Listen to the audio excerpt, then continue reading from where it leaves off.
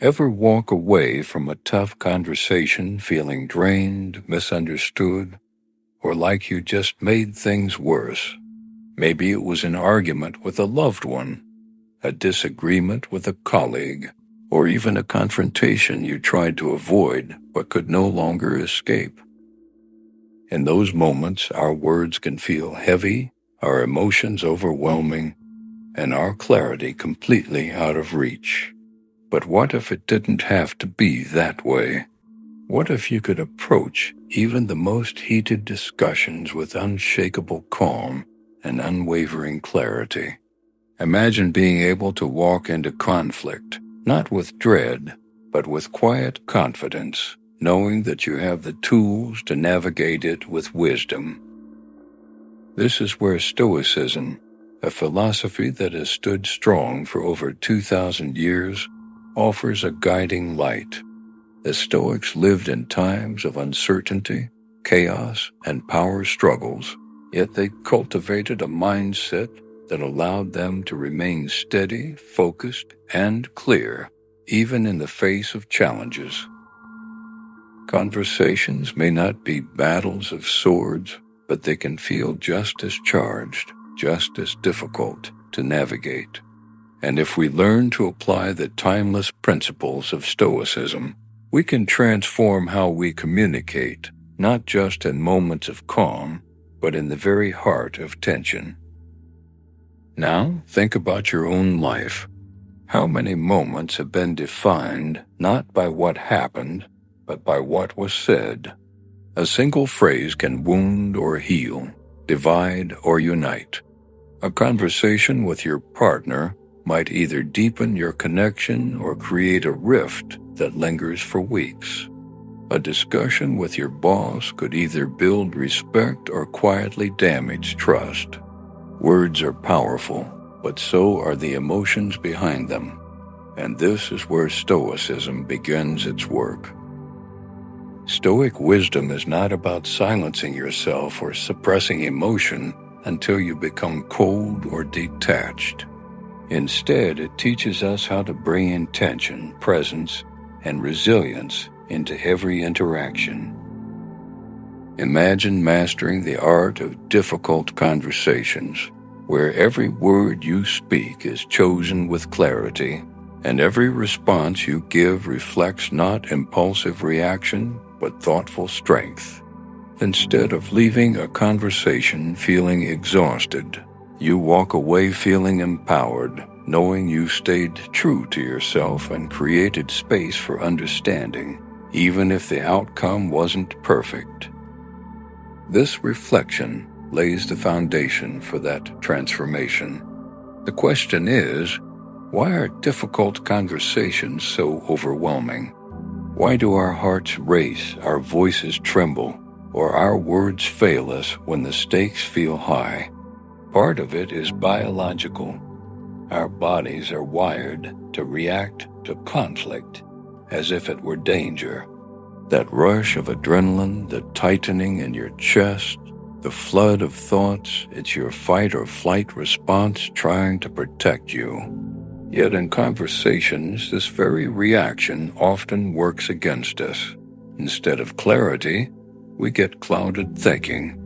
Instead of listening, we prepare counterattacks. Instead of staying present, we retreat or explode. The Stoics understood this deeply. They knew that life constantly presents situations outside of our control, and our instinctive reactions can either imprison us or free us. In conversations, freedom comes when we learn to anchor ourselves, not in the shifting mood of the other person, but in the stability of our own mind. This is the promise of Stoicism, that you can stand in the middle of tension and still feel rooted, calm, and clear. So pause for a moment and picture one conversation you've been avoiding. Maybe it's telling someone you love that they hurt you. Maybe it's asking for something you deserve but fear will be rejected. Or perhaps it's simply speaking up for yourself in a space where your voice has long been silent. Keep that conversation in mind as we move forward, because this isn't about abstract philosophy. It's about transforming the way you live, one interaction at a time.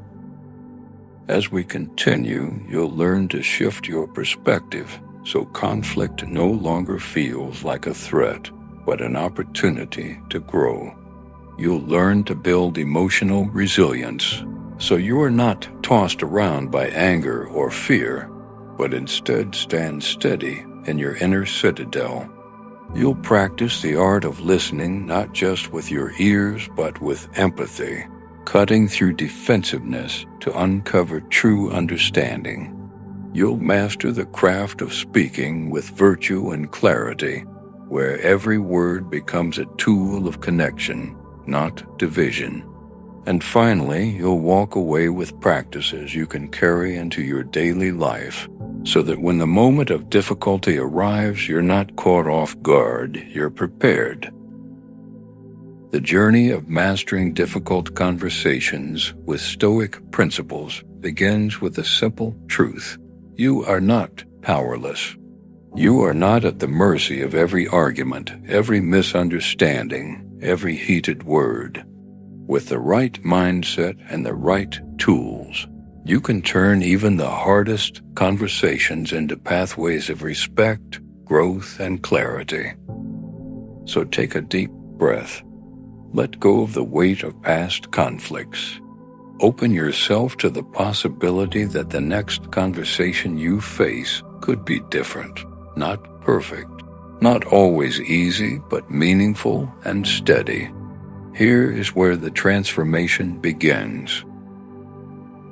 The transformation begins with perspective.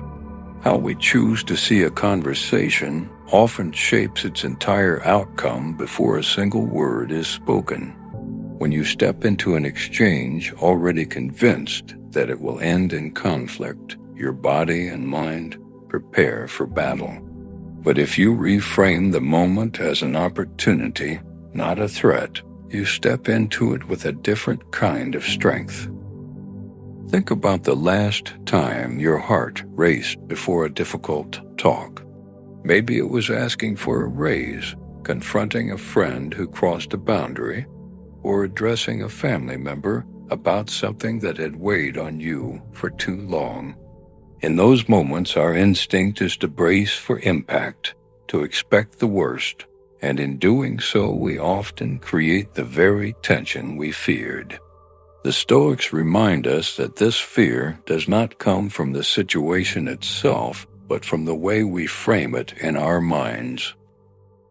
At the heart of this shift lies what the Stoics call the dichotomy of control, the clear distinction between what belongs to us and what does not. In any conversation, there are things fully within your command: your preparation, your choice of words, the calmness of your tone, the discipline of your breath. And then there are things that never belonged to you: the other person's mood, their immediate reaction, their willingness to listen. Too often we spend all our energy trying to force what lies beyond us, while neglecting what is entirely our responsibility. Picture walking into a salary negotiation. You cannot control whether your boss approves the raise, whether they're in a generous mood, or whether company policies are stacked against you. But you can control the clarity of your points, the professionalism of your demeanor, and the confidence with which you present your worth. By focusing on what is yours and releasing what is not, you enter the conversation not as someone begging for an outcome, but as someone grounded in principle. This shift alone can change everything. Another tool the Stoics practiced was Premeditatio Malorum, the rehearsal of potential misfortunes. At first, it may sound pessimistic. Why would anyone imagine worst-case scenarios before stepping into an already tense conversation? But the wisdom here is profound. By preparing your mind for the possibility of resistance, rejection, or even anger, you lessen the shock of their arrival. If a friend lashes out when you set a boundary, you will not be blindsided. You will be ready. If a colleague dismisses your suggestion, you will not crumble. You will have rehearsed patience and steady resolve. Consider a conversation with a close friend where you need to say no, perhaps to a favor that drains your energy, or a request that crosses a line. If you imagine only a smooth, easy exchange, their frustration may rattle you and push you into guilt or defensiveness. But if beforehand you picture the possibility of their anger and calmly accept that it may come, you will be prepared to stay centered. You can plan not just your words, but your pauses, your breathing, even your silence. Instead of reacting impulsively, you respond with intention. This reframing does not mean expecting disaster, nor does it mean surrendering to negativity. It means practicing resilience in advance, so when storms come, you do not drown. The Stoics trained their minds like soldiers trained their bodies, not because they wished for hardship, but because they knew hardship was inevitable. And in conversations, hardship often arrives not in the form of catastrophe, but in tone and misunderstanding, in the sudden rise of emotion. Preparing for it allows you to remain calm when others cannot. The power of perspective is that it changes not only how you experience the moment, but also how the other person experiences you. A calm presence disarms defensiveness. A steady voice invites steadiness in return. When you no longer cling to outcomes you cannot control, you become freer, lighter, and paradoxically more persuasive. Because true influence comes not from force, but from clarity and composure. So before the next difficult conversation, pause. Ask yourself, what is mine to command, and what must I release? Visualize the obstacles that may appear, and rehearse meeting them not with panic, but with calm acceptance. In doing so, you take the first step toward mastery. You begin to see that conflict is not a wall to crash against, but a doorway to walk through with intention. And once perspective has been reclaimed, the next challenge lies deeper, within the walls of your own inner fortress. For clarity of vision is only the beginning. To sustain it, you must build the strength to remain unmoved when emotion surges and the air grows heavy with tension. That strength is found in the cultivation of emotional fortitude, the citadel within that no one can breach but you. Every conversation you step into carries waves of emotion, your own and the other person's. Anger, frustration, disappointment, even fear. They rise quickly, often before words have fully formed. If left unchecked, they cloud judgment, distort meaning, and turn an exchange of ideas into a clash of egos. The Stoics understood this danger well, and they built their philosophy around creating a fortress inside the mind, a place where clarity and calm remain untouched no matter how turbulent the outside world becomes. One of their most practical insights is the recognition of indifference. The Stoics taught that external events, what others say, what they forget, even how they treat us, are not inherently good or bad. They are neutral. It is our judgment of these events that paints them with color, that makes them feel like blessings or attacks. Imagine receiving sharp criticism from a colleague. At first, it feels like an insult, a threat to your reputation or self-worth. But pause for a moment The words themselves are not good or bad, they are simply words. It is your interpretation that transforms them into a wound. If instead you choose to see them as information, as a chance to refine your work, the same event becomes not a personal attack, but a stepping stone to growth. This is not about denying reality or pretending hurtful words do not sting. It is about reclaiming the power to decide how much weight they carry. A partner forgetting something important may feel like neglect, but it could also be seen as simple human error. A tense message from your manager may feel like hostility, but it may also be urgency poorly expressed. By holding back judgment until clarity emerges, you prevent yourself from spiraling into reactions that escalate rather than resolve. Alongside this practice lies another cornerstone of Stoic resilience, Amor Fati, the love of fate. Instead of resisting what arises in conversation, the Stoic embraces it fully, even when it is difficult. A demanding client, a sibling resurfacing old grievances, a neighbor pressing you in frustration, each moment becomes an opportunity, not to win, not to dominate, but to grow. To see adversity not as an enemy, but as a teacher. When you meet difficulty with resistance, you add weight to it. When you meet it with acceptance, you uncover freedom. Think about a moment when a customer or stranger spoke to you with impatience. The instinct is to mirror their energy, to match sharpness with sharpness. But what if instead you viewed that moment as training, a chance to cultivate patience, to strengthen your composure, to practice leadership of the self? Suddenly, the frustration transforms into something meaningful. Each hard exchange becomes a stepping stone toward mastery. And then there's perhaps the most crucial discipline of all, the control of assent. The Stoics taught that thoughts and emotions appear like visitors at the gates of the mind, but it is you who decides which ones are allowed in. In conversation, impulses often rise quickly, a desire to interrupt, a surge of defensiveness, an urge to lash back. But in that instant, you still hold the power of assent. You can choose not to agree with the thought, not to let the emotion take the reins.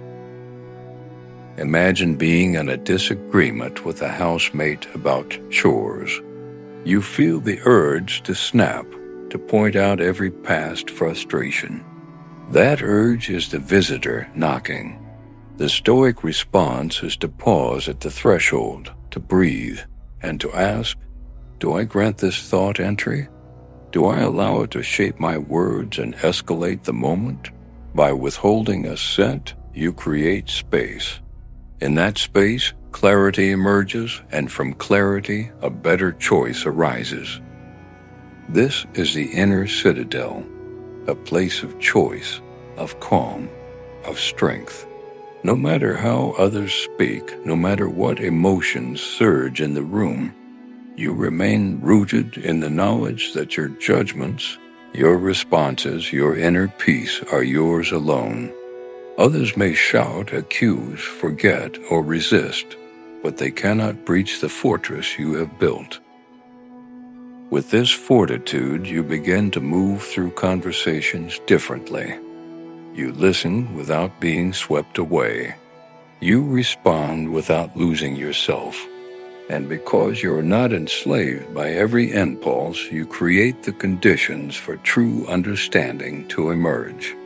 That is where we turn next, toward the art of listening, not just with ears, but with presence and empathy. Because once your citadel is secure, you can open the gates, not in fear, but in strength. And so, when we learn to master our own emotions, we create the space to truly hear others. Emotional strength opens the door to deeper understanding because the moment we are no longer ruled by impulses, we can begin to engage with patience, clarity, and curiosity. This is where the art of listening becomes essential, not just hearing words, but grasping the heart behind them. To the Stoics, listening was not a passive act. It was active, deliberate, and deeply tied to virtue.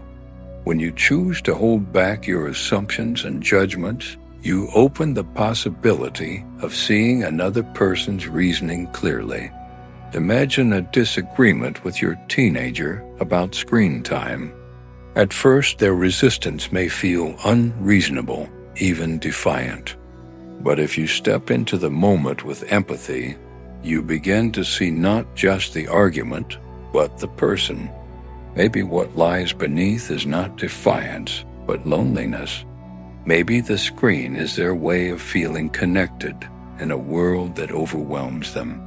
By practicing empathy in this way, you invite understanding where before there was only conflict. This is why the Stoics valued asking over asserting. One of the most powerful tools in conversation is the Socratic question. When we feel the urge to convince or win, it is often better to ask and guide. Consider a stubborn family discussion about holiday plans. Each person wants their preference honored, and the tension begins to rise. You could respond with equal stubbornness, pressing your view harder.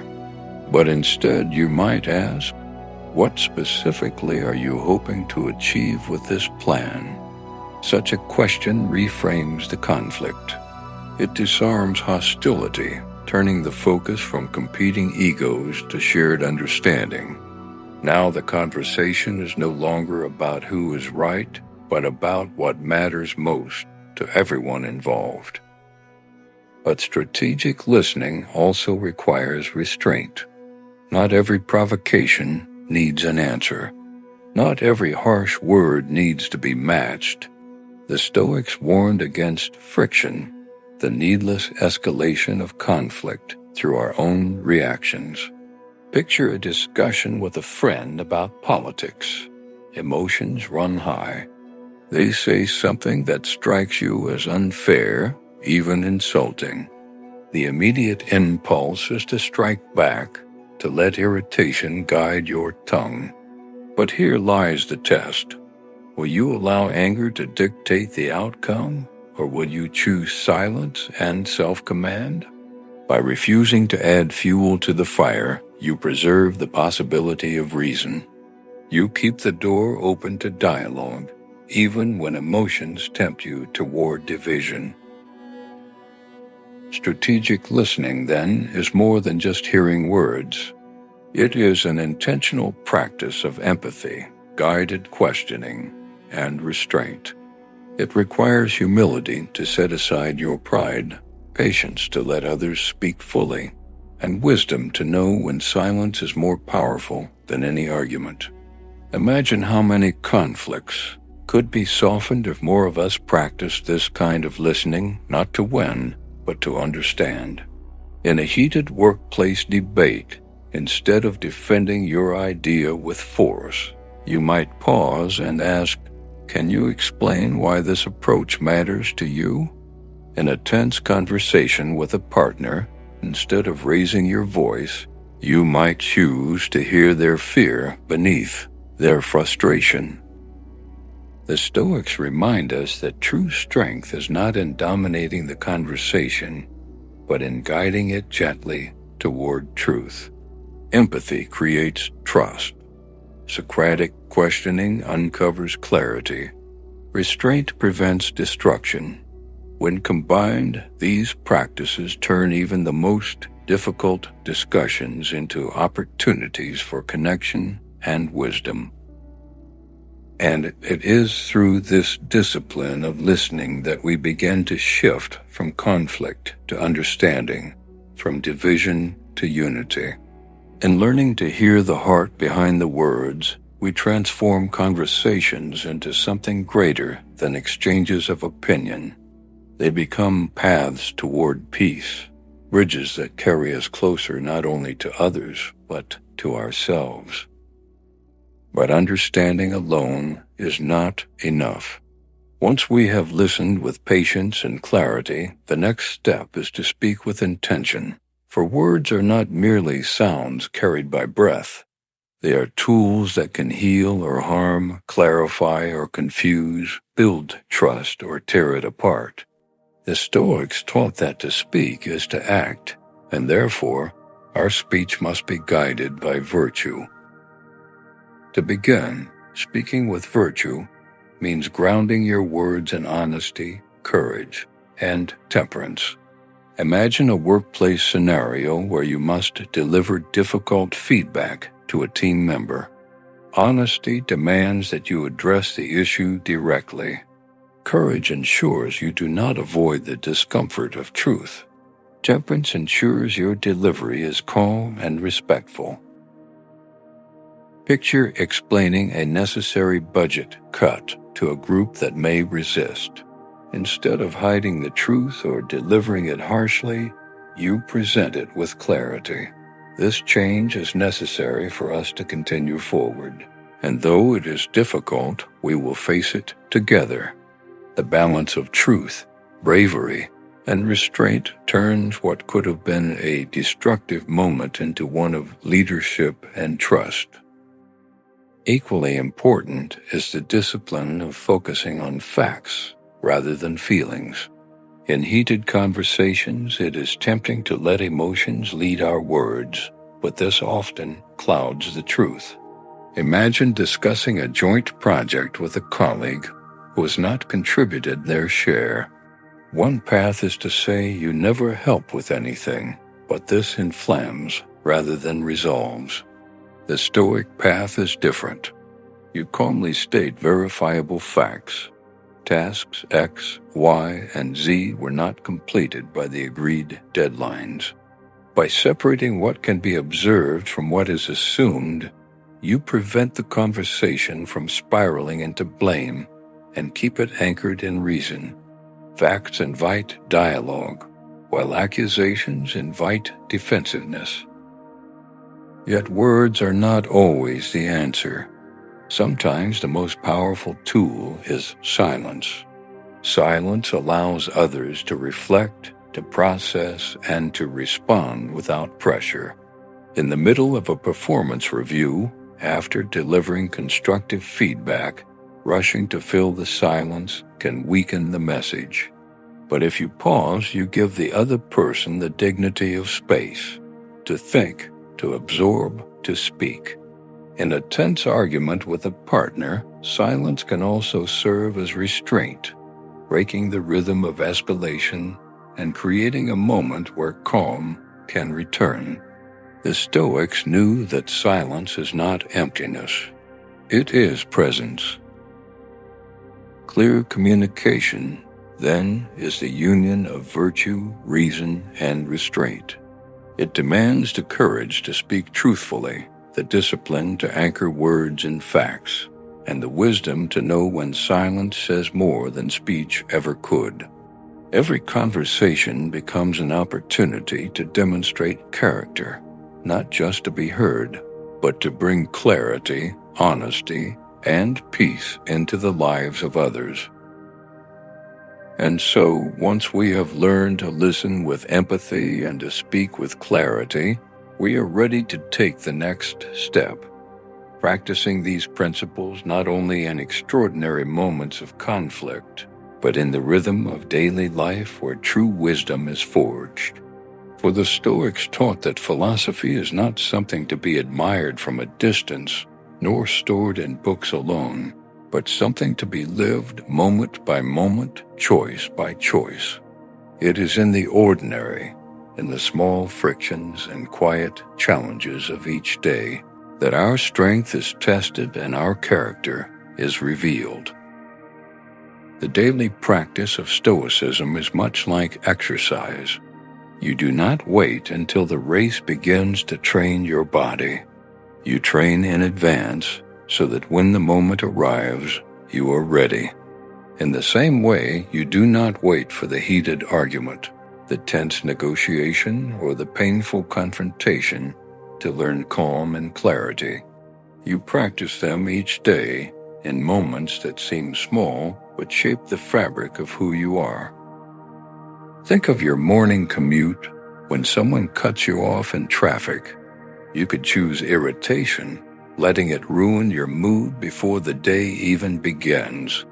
Or you could pause, breathe, and remind yourself of the Stoic truth. This event is outside of my control, but my response is mine to command. Each time you respond with calm instead of anger, you strengthen your ability to remain steady when larger storms come. These moments of training are not trivial. They are the building blocks of your inner citadel. Even the smallest frustrations become opportunities for practice. The long line at the grocery store, the package that arrives late, the coworker who interrupts you in a meeting. All of these are tests, rehearsals for the bigger conversations that life will demand of you. The Stoics had a phrase, Premeditatio Malorum, the premeditation of evils. By imagining possible challenges before they arrive, you prepare your mind to face them without shock. But it is through daily practice, through the steady training of your response, that you build a resilient spirit capable of withstanding life's greatest trials. And when the difficult conversation does arrive, your preparation carries you. You find yourself less reactive, more centered, able to hear without judgment and speak without fear. This composure is not the product of luck, nor of sudden inspiration, but of daily discipline. Just as a soldier trains long before the battle, so too must we prepare ourselves for the conflicts of human life. But wisdom is not only in preparation, it is also in reflection. After the conversation ends, whether it went well or poorly, the Stoic path invites us to pause and review. Ask yourself, what did I do well? Where did I falter? Did I remain calm when challenged, or did I let my pride lead me astray? Did I listen deeply, or did I rush to defend myself? Did I speak truth with courage or soften it out of fear? This practice of reflection transforms every conversation into a lesson. A heated debate with a neighbor about property lines can teach you patience. A tense negotiation with your employer can reveal where your courage still needs strengthening. Even a misunderstanding with a friend can remind you of the importance of clarity and listening. In every instance, you walk away not only with an outcome, but with wisdom. Reflection also prevents regret from becoming wasted energy. Instead of dwelling endlessly on what should have been said, you use the experience to sharpen your awareness for the future. Marcus Aurelius often wrote to himself, analyzing his own failures and reminding himself of his principles. In the same way, we can use each moment of friction as a teacher, ensuring that the next time we are more steady, more patient, more aligned with virtue. But perhaps the most powerful aspect of practicing Stoicism in real time is its invitation to action. Philosophy is not only a shield against suffering, it is a compass toward better living. And so the challenge is simple, yet profound. Take what you have learned and apply it. Identify one conversation, just one, that lies ahead of you this week. Perhaps it is with a colleague who has disappointed you, or a family member with whom you've been avoiding a hard truth. Perhaps it is a neighbor whose actions have frustrated you, or even yourself, in those quiet moments when you wrestle with your own doubts. Before you step into that conversation, prepare yourself as a Stoic. Ask, what is in my control here? My words, my tone, my patience, my clarity. What is not in my control? Their mood, their reaction, their willingness to agree. Imagine possible outcomes, even the difficult ones, so that you will not be shaken when they arise. Commit to listening with empathy, to asking questions instead of assuming, to speaking with honesty and restraint. And when silence is needed, do not fear it. Let it serve as your ally. If you do this, you will begin to discover what the Stoics promised, that difficult conversations are not obstacles, but opportunities. Each one becomes a chance to practice virtue, to grow in strength, and to deepen your connection with others. Conflict becomes not a battlefield, but a classroom. And in this classroom, every challenge teaches you how to live with greater peace, greater courage, and greater clarity. Over time, this practice reshapes not only your conversations, but your entire way of being. You begin to notice that arguments no longer drain you as they once did. Misunderstandings no longer send you spiraling into frustration.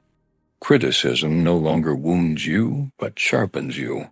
You are steadier, calmer, more grounded. Others begin to sense this too, and they trust you, because they see that your words are measured. Your listening is sincere and your presence is unshakable. This is the fruit of Stoic practice, not perfection, but progress. And so, as we close, I leave you with this. Do not let these ideas remain only as thoughts. Carry them into the living of your life. Choose one conversation this week and step into it with the calm and clarity of a Stoic. Train yourself daily in the small irritations. Reflect after the larger challenges, and always remember that each exchange is a chance to practice virtue. If these reflections have spoken to you, I invite you to share your thoughts. Write in the comments what conversation you will approach with Stoic calm this week, not as a performance, but as a practice.